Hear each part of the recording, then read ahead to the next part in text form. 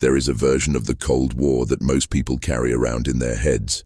It involves two superpowers staring at each other across an ideological divide, each restrained by the knowledge that the other could destroy them.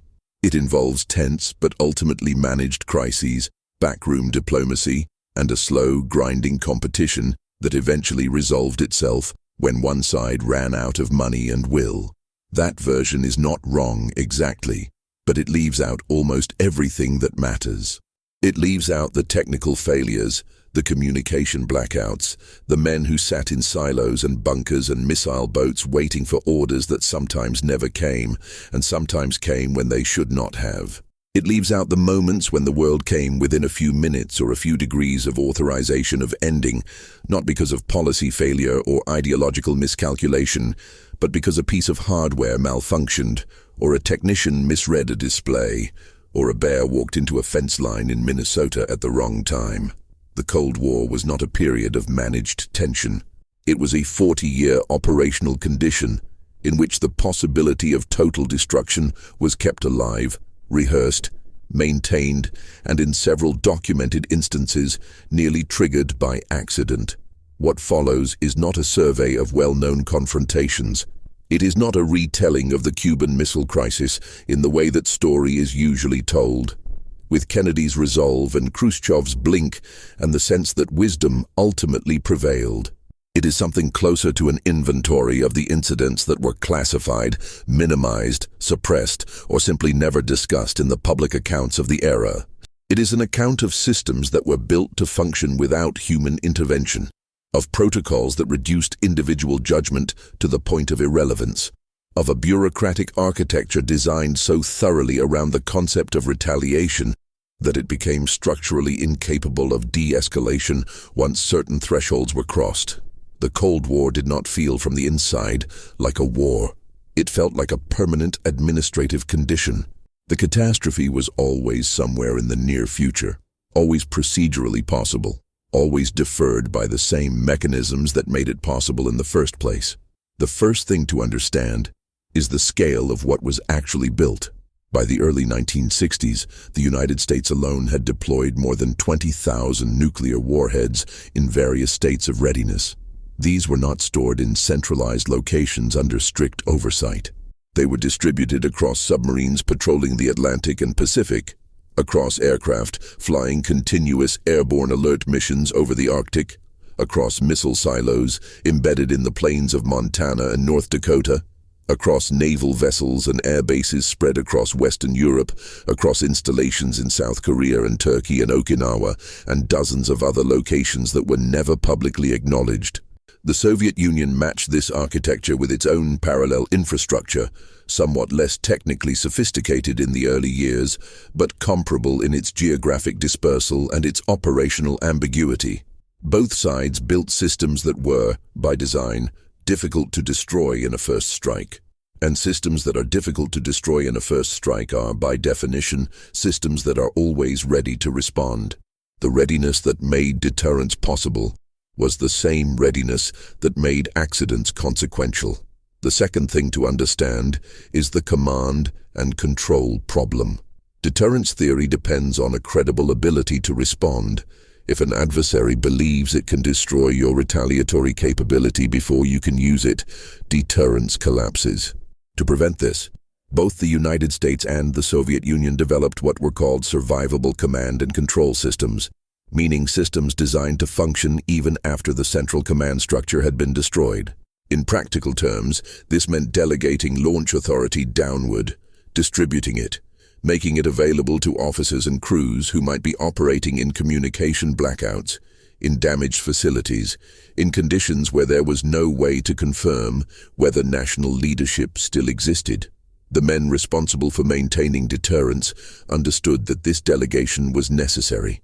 They also understood that delegation created the conditions for unauthorized or accidental use. These two facts existed simultaneously within the same institutional framework, and neither was ever fully resolved. In the fall of 1960, the ballistic missile early warning system at Thule Air Base in Greenland detected what its computers calculated as a massive Soviet missile launch. The system reported the incoming strike with high confidence. Strategic Air Command was alerted. The response machinery began to move. What prevented a catastrophic escalation was not superior analysis or cooler heads in Washington. It was the fact that Nikita Khrushchev was on the telephone with American officials at the time of the alert, which made a simultaneous Soviet launch seem implausible. The cause of the false alarm was traced to the moon. The radar system had reflected off the rising moon in a way the engineers had not anticipated, and the software had interpreted the lunar reflection as the signature of incoming ballistic missiles. The system had been in operation for less than a year. The engineers had not yet characterized all of its failure modes. This was not negligence. It was the ordinary limitation of novel technology deployed under operational pressure. But the moon had nearly triggered a nuclear response. 3 years later, in the spring of 1961, a B-52 carrying 2 Mark 39 hydrogen bombs broke apart over Goldsboro, North Carolina. The aircraft was on a routine airborne alert mission, flying in continuous orbit as part of the Chrome Dome program, which kept nuclear-armed bombers in the air at all times to ensure that a Soviet first strike could not destroy the American bomber force on the ground. When the aircraft suffered a structural failure, the 2 bombs fell toward the North Carolina countryside.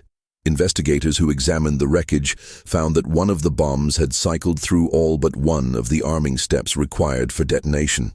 A single low-voltage switch, a component that cost a few dollars and was not specifically designed as a safety mechanism, had been the only barrier between the bomb completing its arming sequence and detonating. Each of the 2 weapons carried a yield in the range of 3 to 4 megatons, which would have been roughly 250 times the explosive power of the Hiroshima bomb. The Air Force did not publicize the details of this incident for decades. A declassified report released in 2013 confirmed that the weapons had come within a single switch of detonation. The people of eastern North Carolina went about their lives without knowing that a malfunction in a routine patrol mission had nearly incinerated them. The Chrome Dome program that put that bomber over Goldsboro was itself part of a larger architecture of continuous readiness that created structural risks that were not fully appreciated until years later. Between 1950 and 1968, the United States Air Force acknowledged at least 32 what it called broken arrow incidents, meaning accidents involving nuclear weapons. The actual number was almost certainly higher, as many incidents were classified at levels that prevented acknowledgement even within the chain of command. These incidents included crashes, fires, jettisoning of weapons over the ocean, the loss of weapons that were never recovered, and detonations of conventional explosives within weapons assemblies that, in some cases, released radioactive material across significant areas. In 1968, a B-52 crashed near Thule Air Base in Greenland, and the conventional explosives in the 4 nuclear weapons it carried detonated, spreading plutonium and uranium across the sea ice. Danish authorities were not officially informed of the nuclear nature of the accident for years, though they suspected it.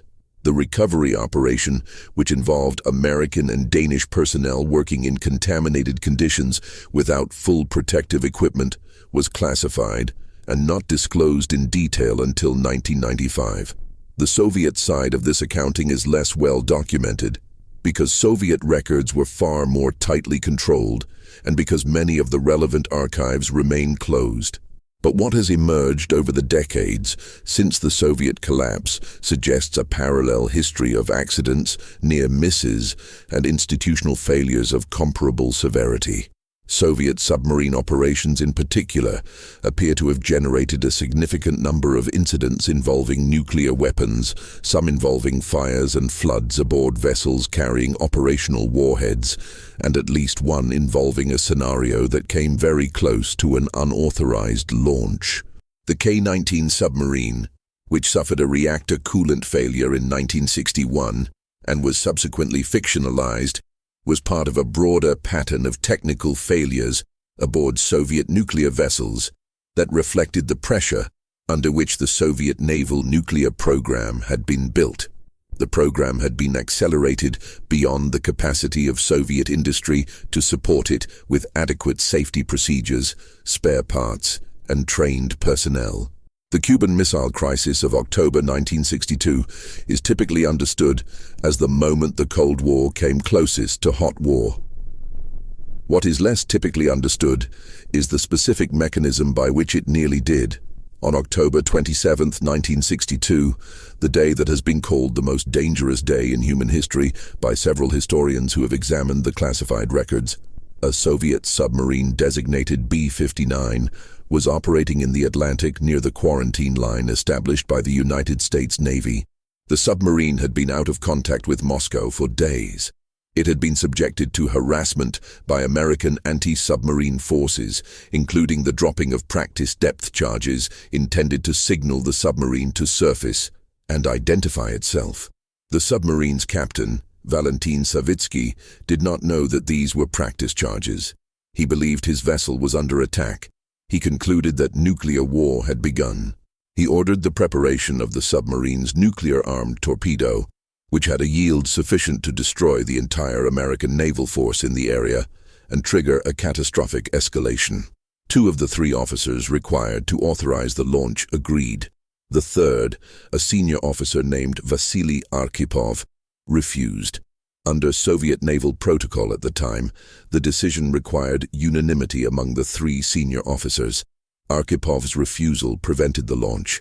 The submarine eventually surfaced, made contact, and stood down.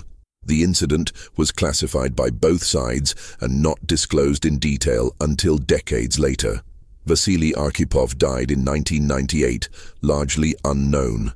The same day that Arkhipov refused to authorize the torpedo launch, an American U-2 reconnaissance aircraft strayed into Soviet airspace over the Chukotka Peninsula in northeastern Siberia. The pilot had been on a routine air sampling mission near the Arctic and had become disoriented due to a navigation error caused by an aurora borealis event that interfered with his instruments. Soviet interceptors scrambled to respond to the intrusion. American F-102 fighters scrambled from Alaska to escort the U-2 out of Soviet airspace, and critically, those American fighters were armed with nuclear-tipped air-to-air missiles, because that was the standard armament for air defense at the time.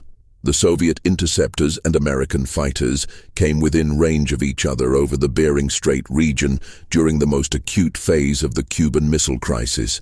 The incident resolved without engagement, but it had not been authorized, anticipated, or managed by anyone in Washington or Moscow.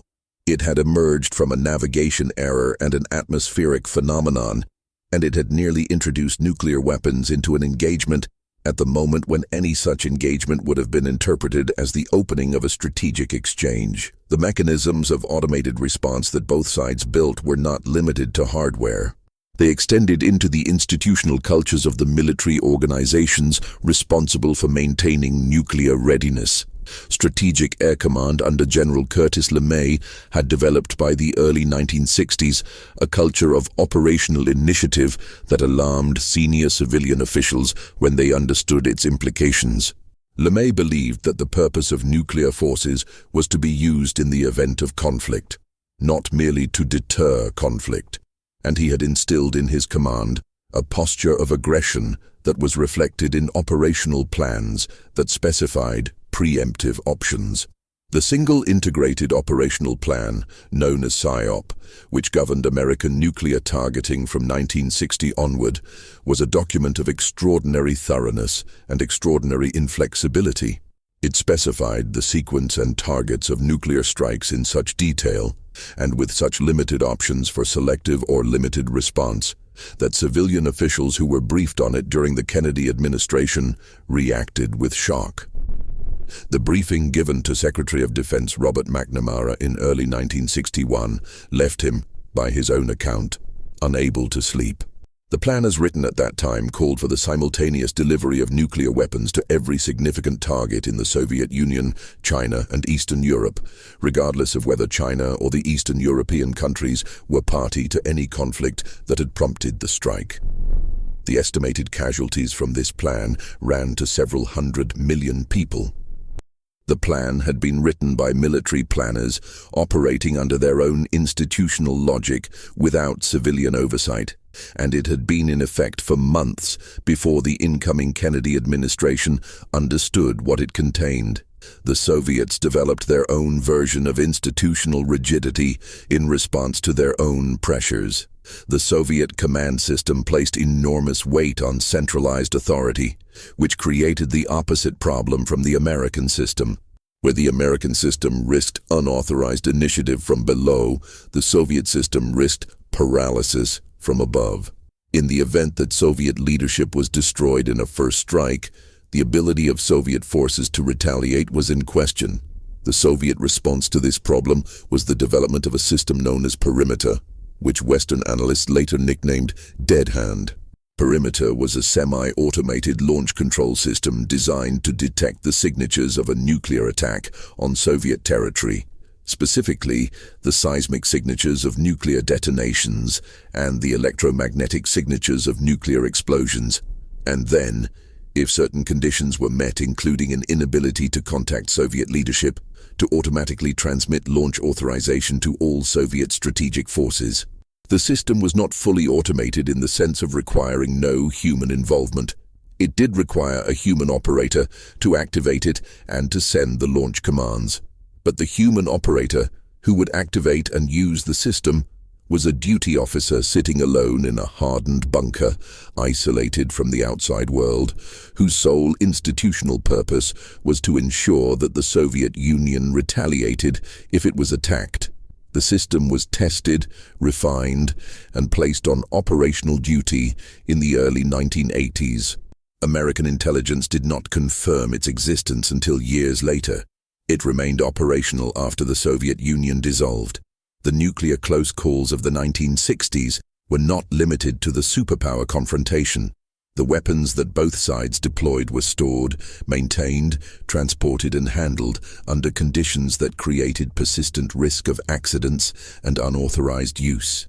In 1966, a B-52 carrying 4 hydrogen bombs collided with a KC-135 tanker aircraft during a refueling operation over Palomares, Spain. Both aircraft were destroyed. 3 of the 4 hydrogen bombs landed on Spanish soil. 1 landed in the Mediterranean. The conventional explosives in 2 of the land-based weapons detonated on impact, scattering plutonium and uranium across farmland and the surrounding area. The 4th bomb, which came down intact, was found in a field by local farmers who initially did not know what it was. The bomb that fell into the Mediterranean required an extensive naval search operation involving deep-water submersible vehicles and took more than 2 months to locate and recover. The Spanish government was not fully briefed on the nature of the accident and the extent of the contamination for years. The agricultural land contaminated by the detonation of the conventional explosives was treated with American contractors removing topsoil and packing it for transport to the United States, where it was eventually buried in a low-level radioactive waste facility in South Carolina. Local farmers who worked the land during and after the accident, and who were not warned of the contamination, were not systematically studied for health effects until decades later. 2 years after Palomares, in January 1968, another B-52 carrying 4 hydrogen bombs crashed near Thule Air Base in Greenland. The aircraft had a cabin fire caused by a foam seat cushion that had been placed too close to a heating vent. The crew attempted to make an emergency landing at Thule, but the aircraft went down on the sea ice of North Star Bay before it could reach the runway. The conventional explosives in all 4 weapons detonated on impact, and the combination of fire and detonation scattered plutonium, uranium and tritium across a large area of sea ice. The recovery operation, which ran through the spring, involved hundreds of American and Danish personnel working in contaminated conditions. The workers were given limited protective equipment and were not fully informed of the nature of the contamination. The operation succeeded in recovering most of the radioactive material, but not all of it. A significant quantity of plutonium was assessed as having sunk into the sea beneath the ice when it melted. The Greenland incident contributed to the decision to end the Chrome Dome airborne alert program in 1968, but the decision came after nearly 2 decades of continuous operations that had generated multiple accidents. The management of nuclear weapons safety was not simply a matter of hardware design. It was embedded in a bureaucratic culture that treated safety and readiness as competing priorities and that consistently prioritized readiness.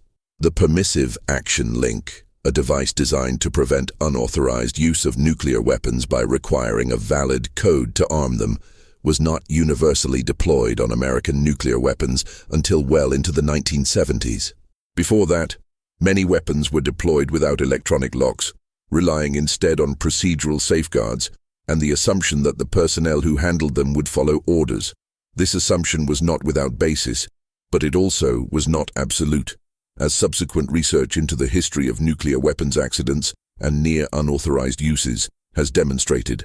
One analysis, conducted by a Department of Defense consultant in the early 1970s and subsequently classified, found that the procedural safeguards in place for many deployed nuclear weapons were insufficient to prevent a determined individual from arming and using a weapon. The report was classified. Its recommendations were implemented gradually over the following decade, but not before an additional period of operational exposure. The Strategic Arms Limitation Talks, which produced the SALT-I Agreement in 1972, are often characterized as a moment of de-escalation and diplomatic accomplishment. What they did not accomplish was a reduction in the operational readiness of the forces that remained. Both sides retained the ability to destroy the other many times over. Both sides continued to improve the accuracy and reliability of their weapons. Both sides continued to develop new delivery systems. Both sides continued to run the exercises, maintain the alert postures, and operate the early warning systems that kept the entire architecture functioning at a state of permanent readiness. The agreements reduced the number of deployed weapons over time, but they did not address the command and control problems, the accident risks, or the fundamental structural tension between survivable deterrence and the risk of accidental use. They managed the arms race at its upper boundary without touching the operational reality underneath. By the mid-1970s, both superpowers had developed what were called launch-on-warning postures. Rather than waiting for nuclear weapons to detonate on their territory before ordering retaliation, both sides were now prepared to launch their retaliatory forces upon detection of an incoming attack. This meant that the early warning systems, the radars and satellites and computer systems that detected missile launches, were now directly connected to the launch authorization chain. A false alarm in an early warning system under a launch-on-warning posture was not merely a technical error, it was a potential trigger for actual launches.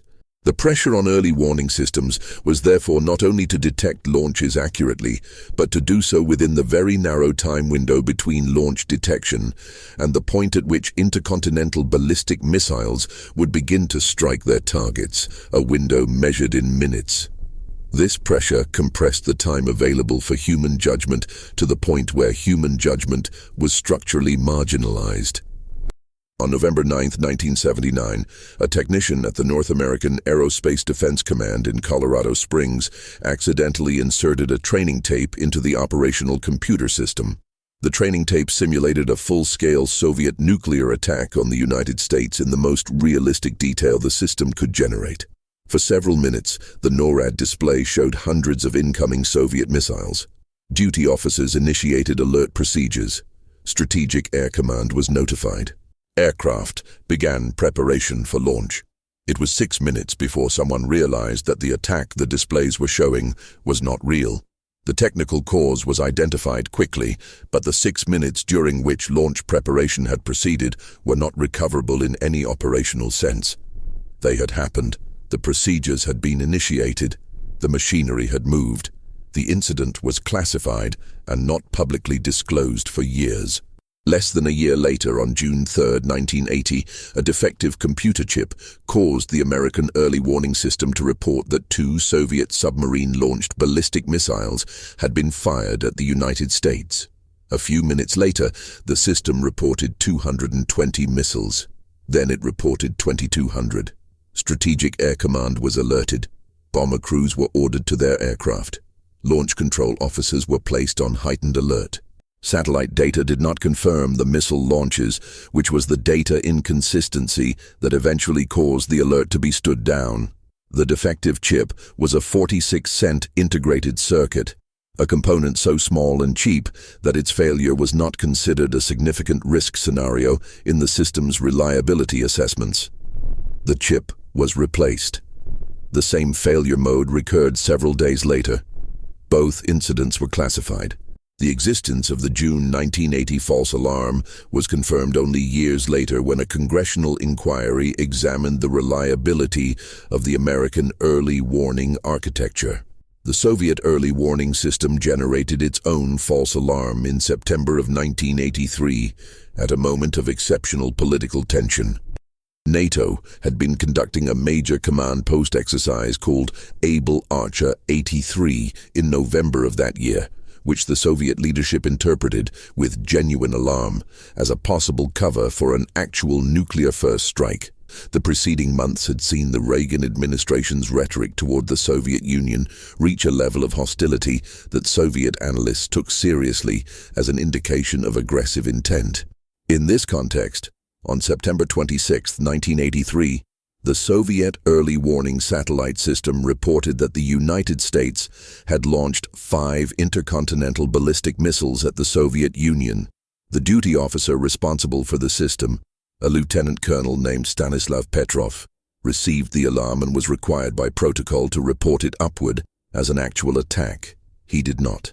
He assessed the report as a false alarm based on the fact that a genuine American first strike would involve far more than 5 missiles, and on his instinct that the satellite system, which had been in operation only recently, might be experiencing a technical malfunction.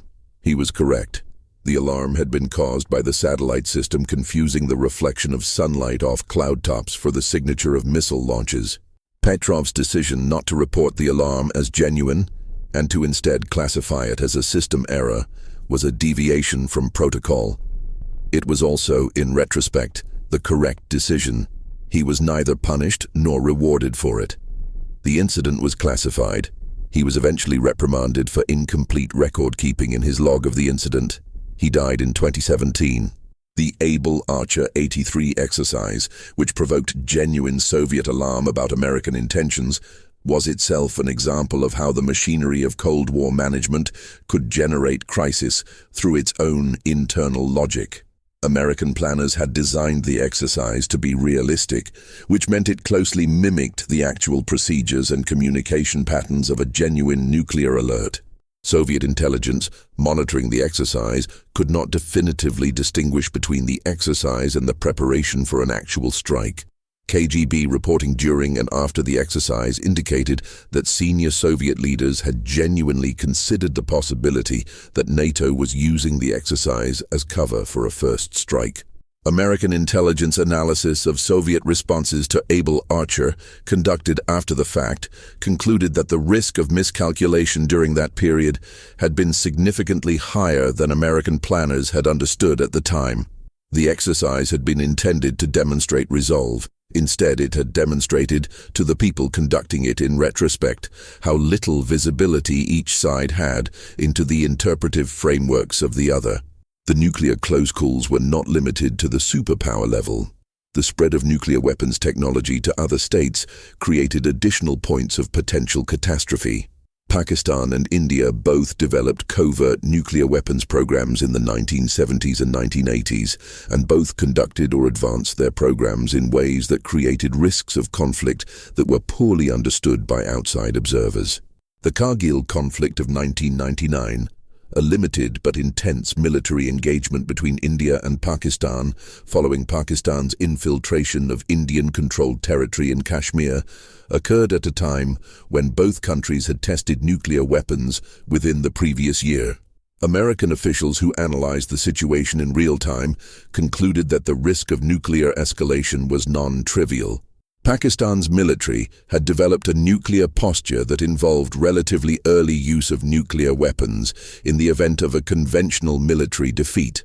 meaning the threshold for nuclear use was lower than in the superpower case, and the command and control arrangements were less formalized.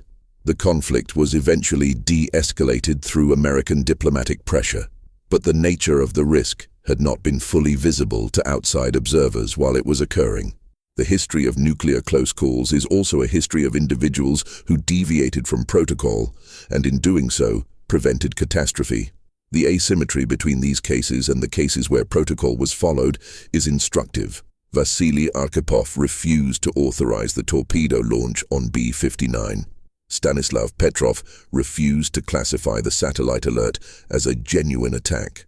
In both cases, the individuals who prevented catastrophe did so by departing from the procedures they had been trained to follow. The procedures, followed faithfully, would have produced escalation. The departures from procedure produced survival. This is not a comfortable observation for institutional planners. It suggests that the systems designed to manage nuclear weapons were, in at least these documented instances, less safe than the individual judgment of the people operating them. It suggests that the protocols, which were designed to remove dangerous individual discretion from the launch chain, were themselves the source of danger in these particular moments. The institutional response to this observation was not to change the protocols. It was to classify the incidents. The chemical and biological dimensions of the Cold War arms race added additional layers of potential catastrophe that were even less publicly understood than the nuclear dimension. Both the United States and the Soviet Union maintained large offensive biological weapons programs during the Cold War, in violation of the 1972 Biological Weapons Convention that both countries signed. The Soviet program, known internally as biopreparat, was of extraordinary scale. At its peak in the late 1980s, it employed approximately 60,000 scientists, engineers, and support personnel working in dozens of facilities across the Soviet Union. The program had developed enhanced strains of plague, smallpox, anthrax, and dozens of other pathogens, engineered for increased virulence, antibiotic resistance, and stability during weaponization. The program had conducted extensive testing, both in laboratory settings and, in at least some documented cases, in field environments. In 1979, an accidental release of anthrax spores from a military microbiology facility in Sverdlovsk killed at least 64 people in the surrounding area. The Soviet government classified the incident, falsely attributed the deaths to contaminated meat, and maintained this cover story for over a decade. The true cause was not publicly confirmed until 1992, when Boris Yeltsin acknowledged the incident and the nature of the facility. The full extent of what the Soviet program had developed and tested was not understood by Western intelligence until defectors from biopreparat began to provide detailed accounts in the 1990s. What those accounts described had not been anticipated even by analysts who had assessed the Soviet program as sophisticated. The American biological weapons program was officially ended in 1969, when President Nixon ordered its termination and directed the destruction of existing stockpiles. The destruction process took several years and was not without its own accidents.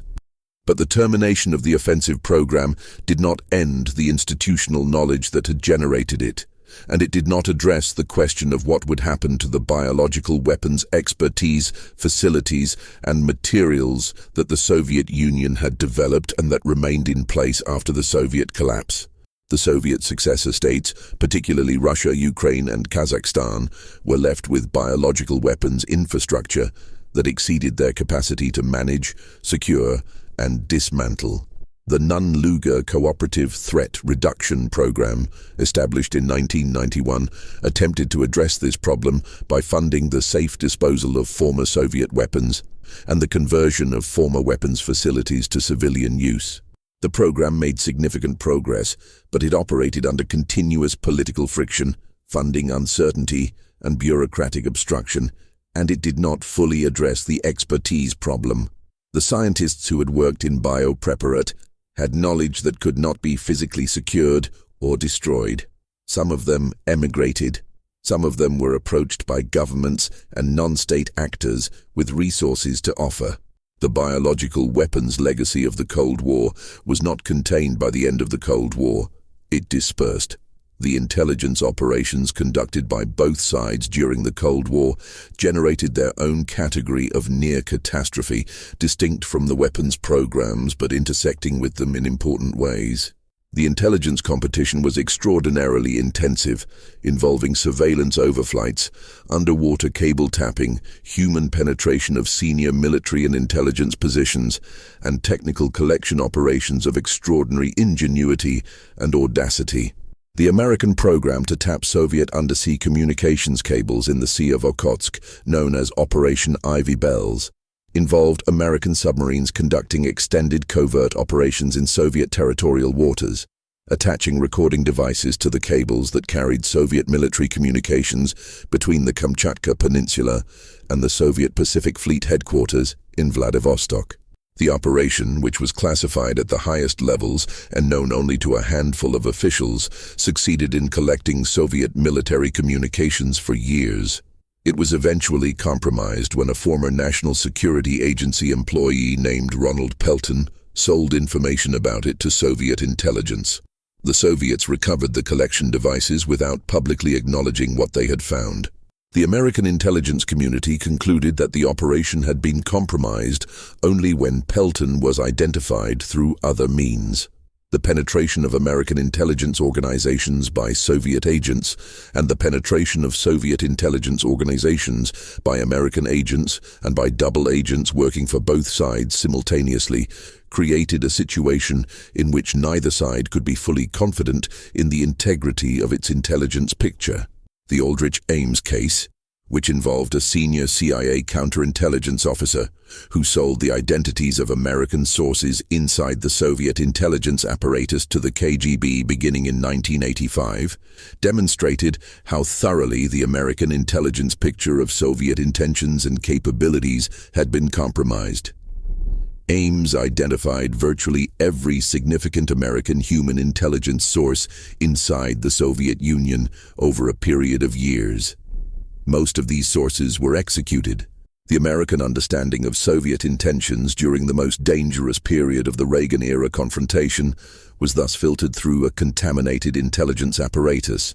The assessments produced during this period, which influenced decisions about force posture, arms control negotiations, and crisis management, were based in part on intelligence that had been manipulated by an adversary who knew what the Americans were looking for and could shape what they found.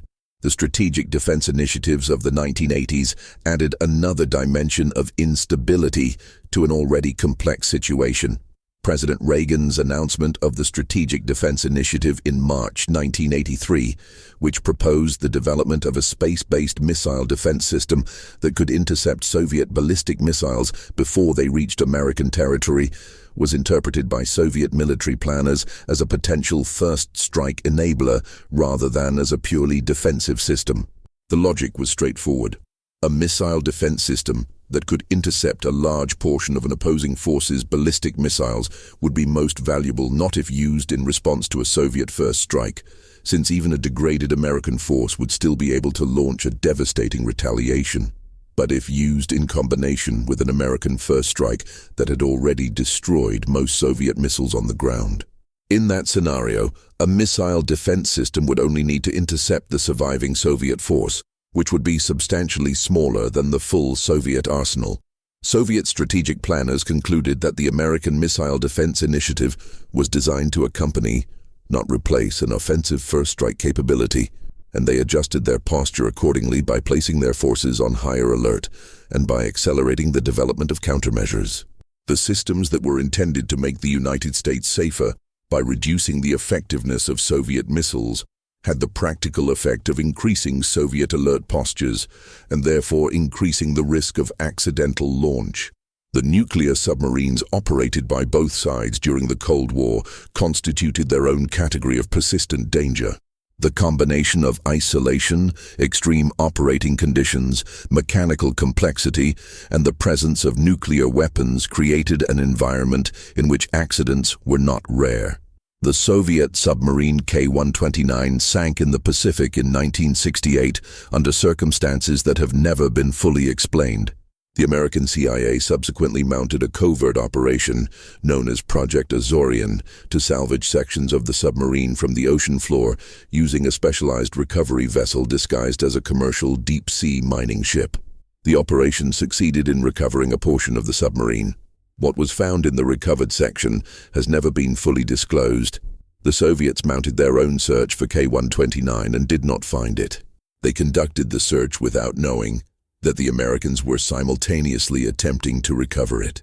The two operations proceeded in ignorance of each other in the same general area of the Pacific. The Soviet submarine K-219 sank in the Atlantic in October 1986 after a missile fuel explosion in one of its launch tubes.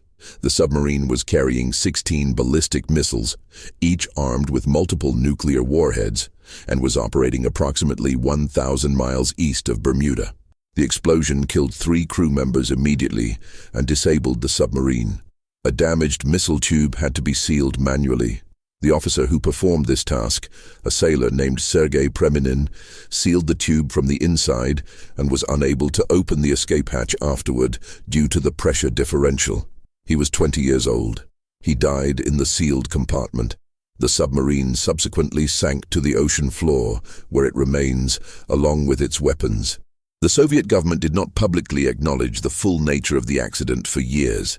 The American Navy monitored the events and did not intervene.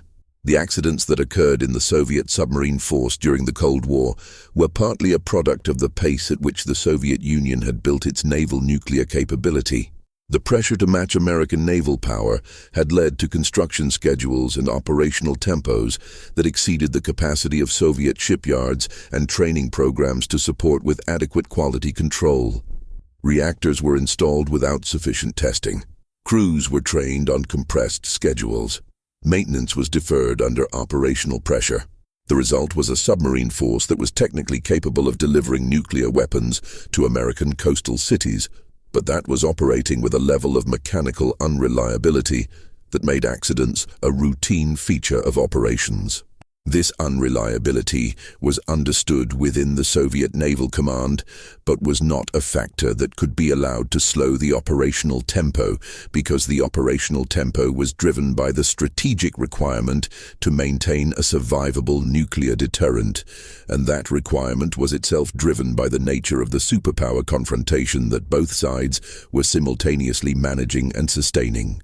The civilian nuclear power programs of both superpowers also intersected with the military nuclear architecture in ways that created additional points of systemic risk. The accident at 3 Mile Island in Pennsylvania in March 1979 did not involve nuclear weapons, but it occurred against the backdrop of a military nuclear posture that involved reactors operating under far more extreme conditions than civilian power plants, and it demonstrated the difficulty of managing complex nuclear systems under emergency conditions even with large, well-trained professional staffs. The accident at Chernobyl in April 1986 was more consequential in its direct effects, and it also had indirect effects on the Cold War confrontation. The scale of the Chernobyl disaster and the months of official Soviet denial and concealment that followed it contributed to a broader crisis of institutional credibility within the Soviet system that Mikhail Gorbachev later identified as an important factor in his decision to pursue glasnost.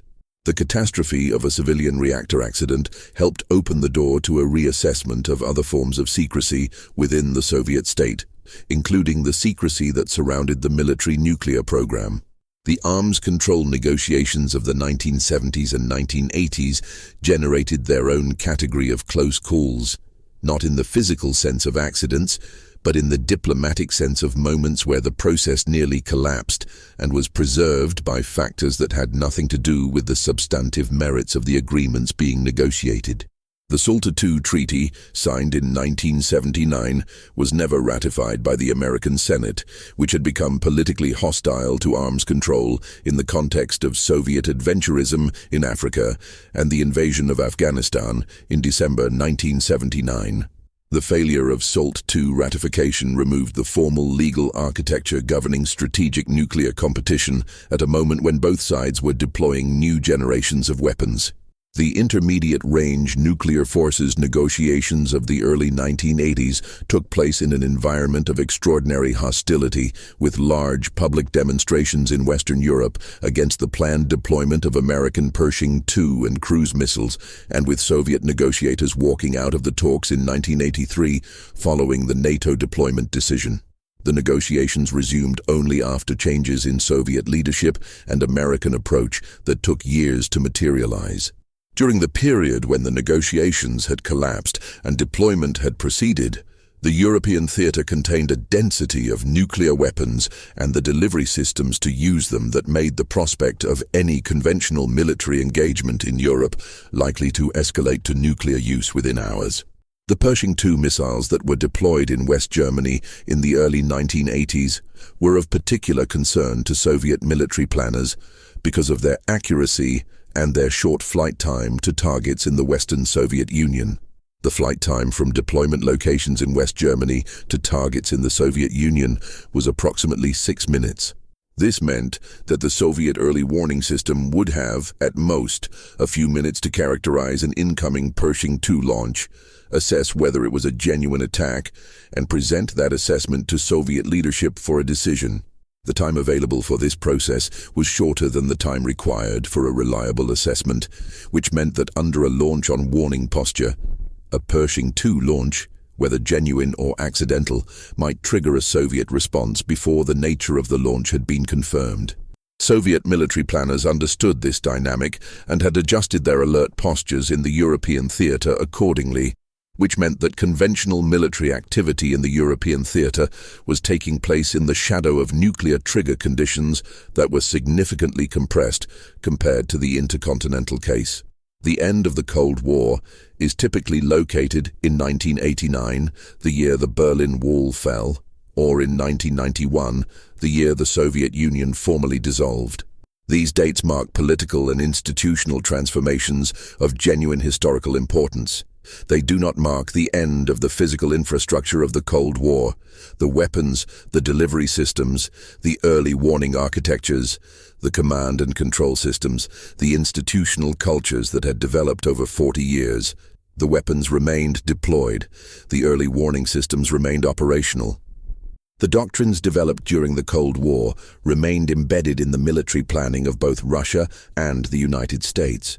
The nuclear arsenals of both countries were reduced substantially over the decade following the Soviet collapse, but they were not eliminated, and the reductions that occurred did not alter the fundamental operational posture. Both countries retained forces configured for rapid response, with hundreds of weapons capable of being launched within minutes of a decision. Both countries retained early warning systems that could generate false alarms. Both countries retained command and control systems that distributed launch authority in ways that created residual risks of unauthorized or accidental use. The scientists, engineers, and military officers who had spent careers maintaining and operating the Soviet nuclear arsenal did not stop being people with specialized knowledge when the Soviet Union dissolved.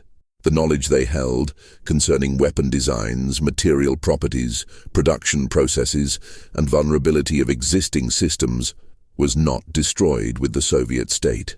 Some of it was controlled through cooperative threat reduction agreements. Some of it was preserved in Russian military and industrial institutions that continued to operate under the successor government. Some of it dispersed in ways that were never fully tracked. The materials that had been produced in enormous quantities by the Soviet weapons program, highly enriched uranium and plutonium in particular, were stored in facilities across the former Soviet Union, some of which had security arrangements that were inadequate by any reasonable standard. The process of accounting for and securing these materials was the work of years, and the accounting was never complete. What had been produced in secret could not always be located, and what could not be located could not be secured. The institutional framework of the Cold War, the doctrines, the planning assumptions, the organizational cultures, the technical systems, the operational postures outlasted the political conflict that had generated them. The adversarial relationship between the United States and the Soviet Union had produced a specific architecture of mutual threat that was maintained not simply by political decision, but by decades of investment in technical systems, trained personnel, and operational procedures. These systems and procedures continued to exist after the political conditions that had justified their creation no longer obtained. The command and control systems that had been designed to ensure retaliation continued to function. The early warning systems that had been designed to detect attacks continued to generate data. The weapons that had been built to deter attack continued to sit in their silos and submarines, maintained by personnel who had been trained to keep them ready. The Cold War ended. The systems built to fight it did not. The full accounting of what the Cold War's operational history involved, the accidents, the false alarms, the near unauthorized launches, the compromised intelligence, the distributed weapons, the delegated authority, the automated systems designed to function without human judgment, has never been fully declassified. Documents continue to be released on a schedule determined not by historical completeness, but by bureaucratic procedure and ongoing classification assessments. Each tranche of releases reveals incidents and decisions and near disasters that were not previously known to exist. The historical record of the period remains incomplete and will remain incomplete for years because the governments that conducted the Cold War have not finished deciding what the public is entitled to know about what they built and what nearly happened. The systems that were designed to prevent their own history from being understood remain in operation.